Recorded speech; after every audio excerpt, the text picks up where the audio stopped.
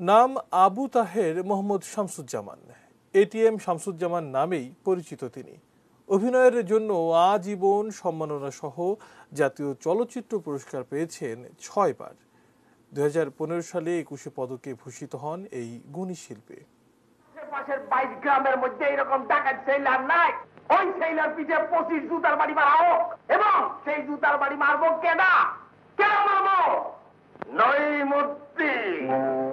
খল চরিত্র যে দর্শকদের কাছে এতটা গ্রহণযোগ্যতা পেতে পারে তার প্রমাণ এটিএম শামসুজ্জামানের জনপ্রিয়তা। পর্দায় তার উপস্থিতি মানেই দর্শকদের নড়েচড়ে বসা, বিনোদনের শুরু। সাত সকালে চিল্লাইতাছো কেন? আমার এই বউটাও চলে গেছে। হাসতে হাসতে সিরিয়াস ধর্মিক সংলাপ আর রঙ্গরস কৌতুকে ভরা পাঞ্চলাইন। দর্শকদের বিনোদনে আর কি লাগে? নায়ক নায়িকা মূল আকর্ষণ হলেও পার্শ্ব চরিত্রের এটিএম কিংবা ভিলেন এটিএম কোনো অংশেই কম নন। পরিচালক, কাহিনীকার, চিত্রনাট্যকার, সংলাপকার, গল্পকার, পরিচয় একাধিক হলেও রক্তে যার অভিনয় মিশে তাকে ঠেকাবে কিসে? জনপ্রিয়তার শীর্ষে ওঠাটা তাই অভিনেতা হিসেবেই।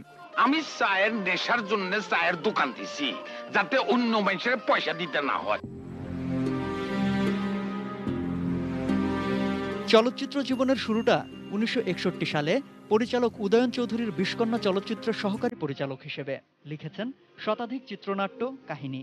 চলচ্চিত্রে মূল অভিনেতা হিসেবে কাজ করেছেন কাজী হায়াতের দায়ীকে সিনেমায়, যার জন্য সম্মাননাও পান। তবে এটিএম শামসুজ্জামানের মূল জনপ্রিয়তা কৌতুক অভিনেতা, খল অভিনেতা আর পার্শ্ব অভিনেতা হিসেবেই। একদিন চেয়ারম্যান খুব কায়দা করে মায়ের কাছ থেকে সব সম্পত্তি লেখায়া নিল।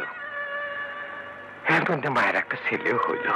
তারপরে যা হয়, চেয়ারম্যানের কাছে মায়ের প্রয়োজন ফুরিয়ে গেল। তারপরে মায়ের জীবনে নাইমে আসলো চরম দুর্ভোগ। অশিক্ষিত গোলাপি এখন ট্রেনে, জলছবি, জাদুর বাঁশি, চুরিওয়ালা, ম্যাডাম ফুলি, মন বসনা পড়ার টেবিলে, মোল্লাবাড়ির বউ, চোরাবালির মতো অসংখ্য ব্যবসা সফল চলচ্চিত্র অভিনয় করেছেন এটিএম শামসুজ্জামান। তোমার স্ত্রীর সঙ্গে কোকিলাদের ভাব আছে, উনি কু কু করে ডাকলে ওনারা আইসা বডির তলে কল্লা বাড়াইয়া দিব। অভিনয়ের স্বকীয়তায় ছোট পর্দায়ও ছিলেন সমান জনপ্রিয়। রঙের মানুষ, ভবের হাট, ঘরকুটুম, বউচুরি, নোয়াশাল, শতবর্ষে দাদাজান নাটকগুলোয় তার চরিত্রগুলোর আবেদন ছিল অন্যরকম, যা এখনো দর্শকদের আপ্লুত করে।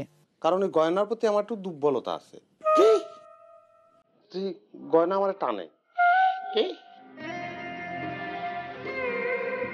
কাজের স্বীকৃতি হিসেবে 21 পদক ছাড়াও 5 বার পেয়েছেন জাতীয় চলচ্চিত্র পুরস্কার। এছাড়া বিভিন্ন সময় ভূষিত হয়েছেন নানা সম্মাননায়। গুণী এই মানুষটির জাগতিক মৃত্যু হয়তো হলো, তবে দর্শকদের অন্তরে ঠিকই ভাস্বর থাকবেন তিনি। ভালো থাকুন প্রিয় অভিনেতা। সম্রাট আনোয়ার, এটিএন নিউজ, ঢাকা।